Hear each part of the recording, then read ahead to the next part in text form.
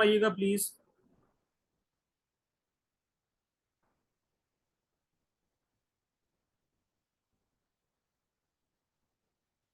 ماں کان اللہ، نہیں ہے اللہ تعالیٰ، لیذر المؤمنین، تاکہ وہ چھوڑ دے مومنوں کو، ایمان والوں کو، علامہ اس چیز پر، اس حالت پر جو تم ہو علیہ اس پر، حتیٰ یہاں تک کہ یمیزہ وہ علیحدہ کر دے، جدا کر دے، الخبیثہ ناپاک کو، من الطیب پاک سے. اچھا، یہ کل بھی ہم نے یہ تھوڑا سا اس کا مطالعہ کیا تھا کہ یمیزہ جو ہے وہ تمیز سے ہے، کہ اللہ تعالیٰ تمیز کر دے خبیث اور پاک کی، یعنی خباثت کو علیحدہ کر دے اور پاک لوگوں کو علیحدہ کر دے. تو اللہ تبارک و تعالیٰ جو ہے وہ مومنوں کو اس حال میں کبھی نہیں چھوڑتا کہ یہاں تک کہ ان میں تمیز کر دی جائے. یعنی اللہ تبارک و تعالیٰ جب ابتلا کرتے ہیں، مبتلا کرتے ہیں کسی چیز میں، امتحان لیتے ہیں، تو اس سے مومن علیحدہ ہو جاتے ہیں، اور جو ناپاک لوگ ہیں، فاسق ہیں، فاجر ہیں، کافر ہیں، وہ علیحدہ ہو جاتے ہیں. تو اللہ تبارک و تعالیٰ کی یہ سنت ہے کہ ہر حال میں اللہ تبارک و تعالیٰ نے یہ امتحان لے کے یہ اس کو علیحدہ علیحدہ کرنا ہے. مجھے سن رہی ہے آپ بھی؟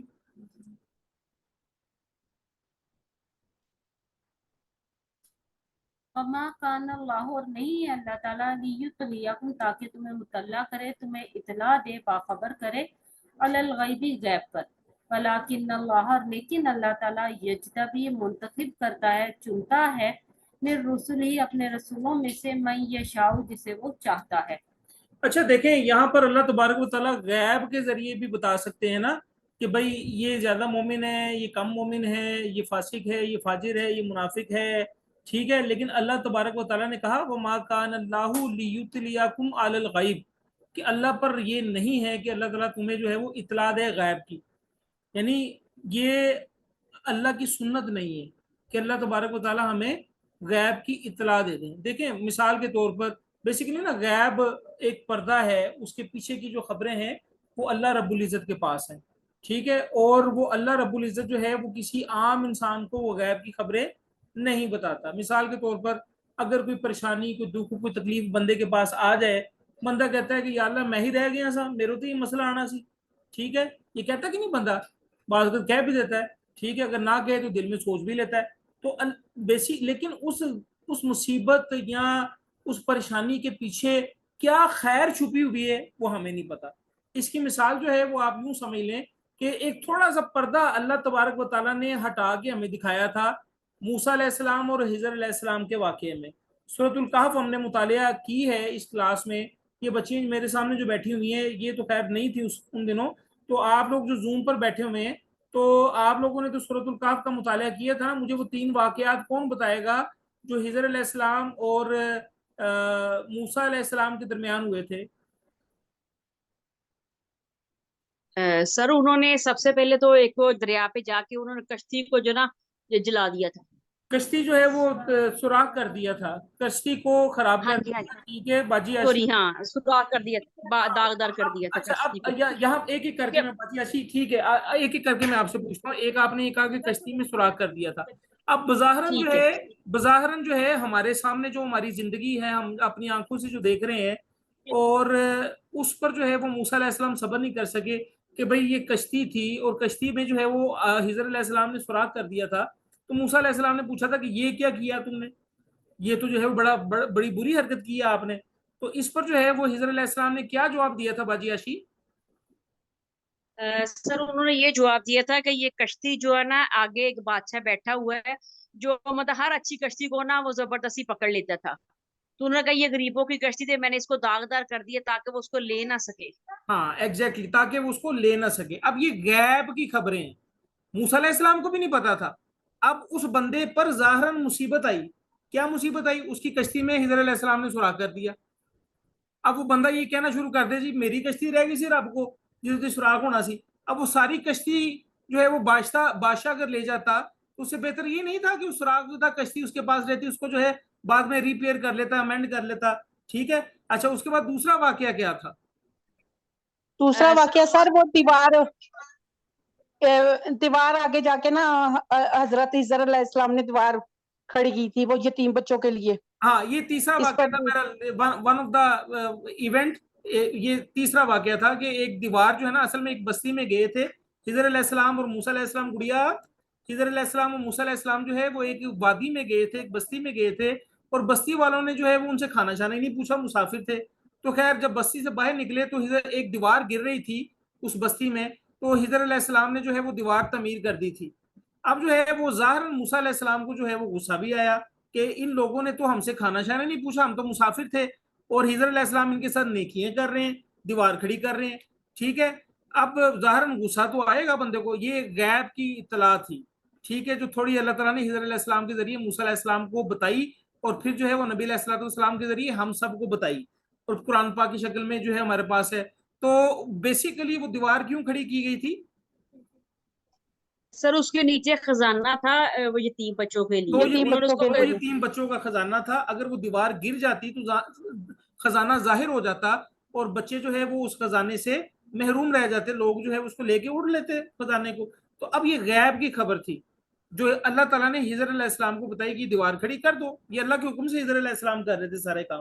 ٹھیک ہے, اور ایک تیسرا واقعہ جو درمیان والا واقعہ تھا وہ کیا تھا؟ سر وہ بچے کو مار دیا تھا حضرت خضر علیہ السلام نے بچے کو مار بچے دیا. کو, اب یہ دیکھیں, نیک والدین کے اب موسیٰ علیہ السلام جو ہے بڑے پریشان ہوئے کہ چھوٹا سا بچہ خضر علیہ السلام نے مار دیا اس کو.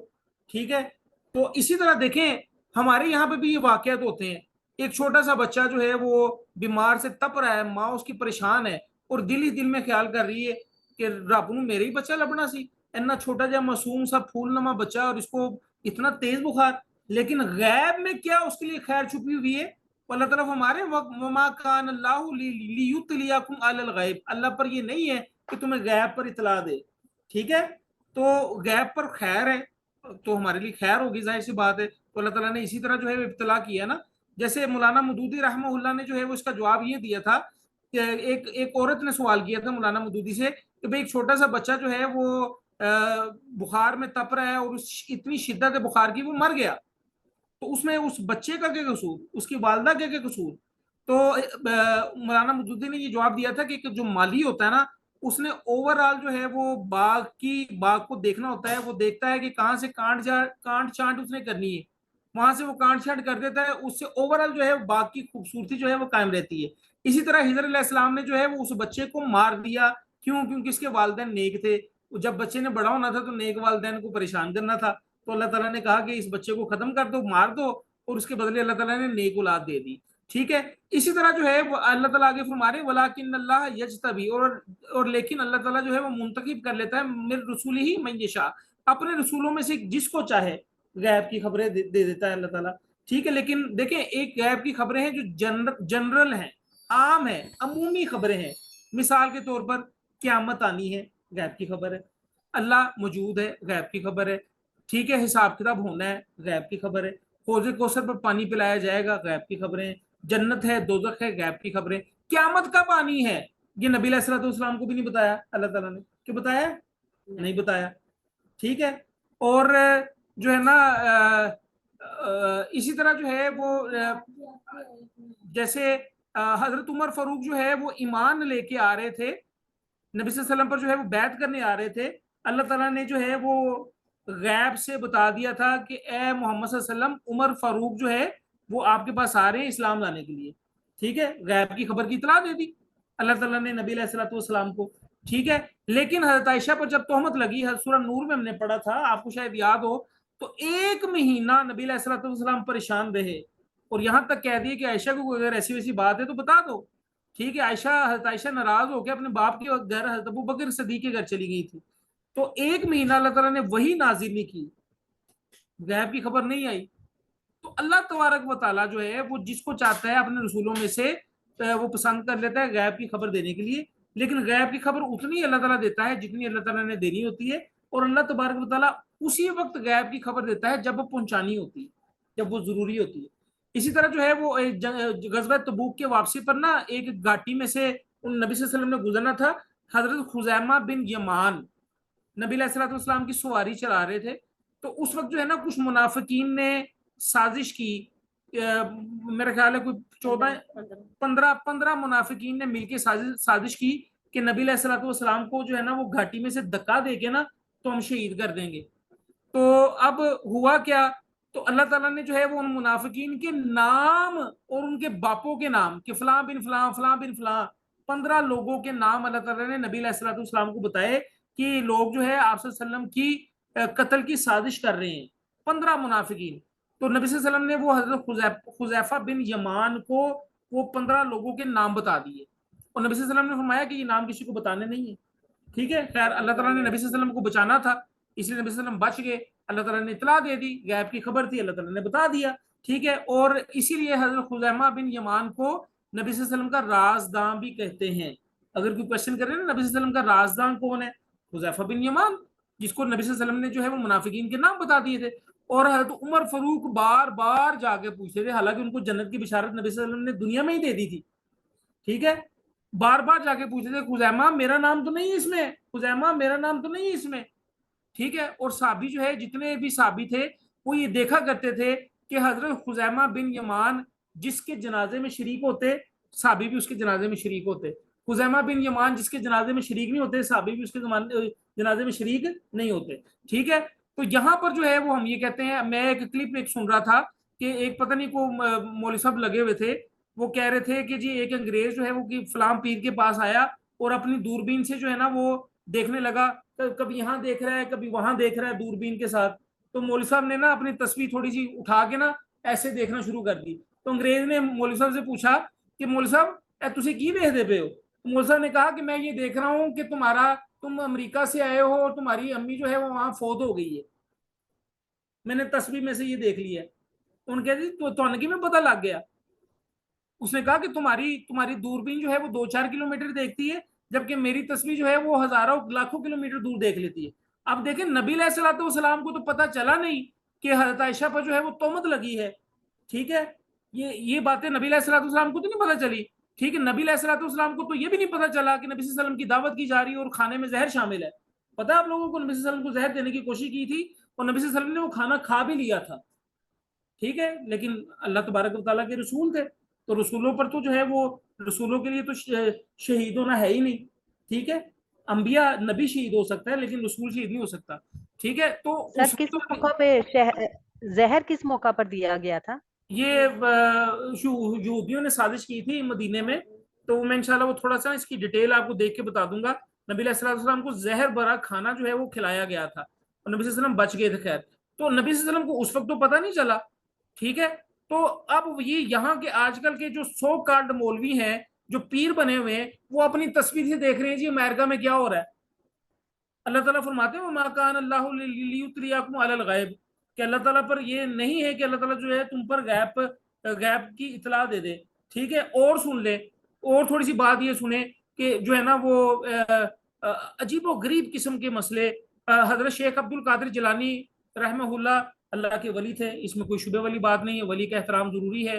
لیکن یہ لوگ جو ہماری جو ہے نا مسلمان کمیونٹی کا حصہ ہیں اور وہ ان کے میں ایک کلپ سن رہا تھا، وہ کہہ رہے تھے جی کہ شیخ عبد القادر جیلانی جب فوت ہو گئے تو ان کو قبر میں ڈالا گیا تو فرشتوں نے آگے حساب کتاب شروع کر دیا اور کہا کہ جی حساب کتاب دو جی، من ربو کا تیرا رب کون ہے.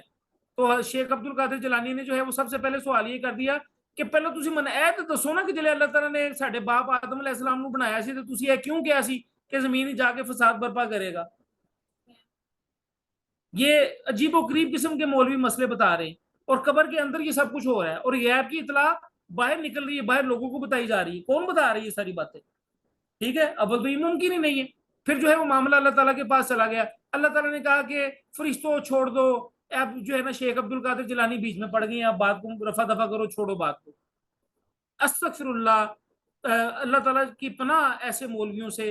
اور آپ لوگ بھی جو ہے آپ کو بتانے کا مقصد یہ ہے کہ آپ جو ہے وہ تھوڑا سا کانشیس رہیے گا، خبردار رہیے گا اس طرح کے مولویوں کے. یہ وہ جو پی کے مووی آپ نے اگر دیکھی ہو تو اس میں ہوتا ہے رانگ نمبر، تو these are all wrong numbers, یہ رانگ نمبرز ہیں، ان سے آپ نے بچ کے رہنا ہے. ٹھیک ہے، تو اللہ تعالیٰ جو ہے وہ کسی کو اطلاع نہیں دیتا غیب کی، لیکن اللہ تعالیٰ اپنے رسولوں میں سے جس کو چاہتا ہے منتخب کر لیتا ہے. ٹھیک ہے، میں امید کرتا ہوں کہ اس آیت کا ٹکڑا جو ہے وہ آپ کو اچھی طرح سمجھ میں آ گیا ہوگا. ٹھیک ہے، آگے چلتے ہیں ہم. فآمینو پس تم سب ایمان لاؤ باللہ اللہ پر و رسولہ اور اس کے رسولوں پر. وَإِن تؤمنوا اور اگر تم سب ایمان لے آؤ وتتقوا تقوی اختیار کرو، ڈر جاؤ.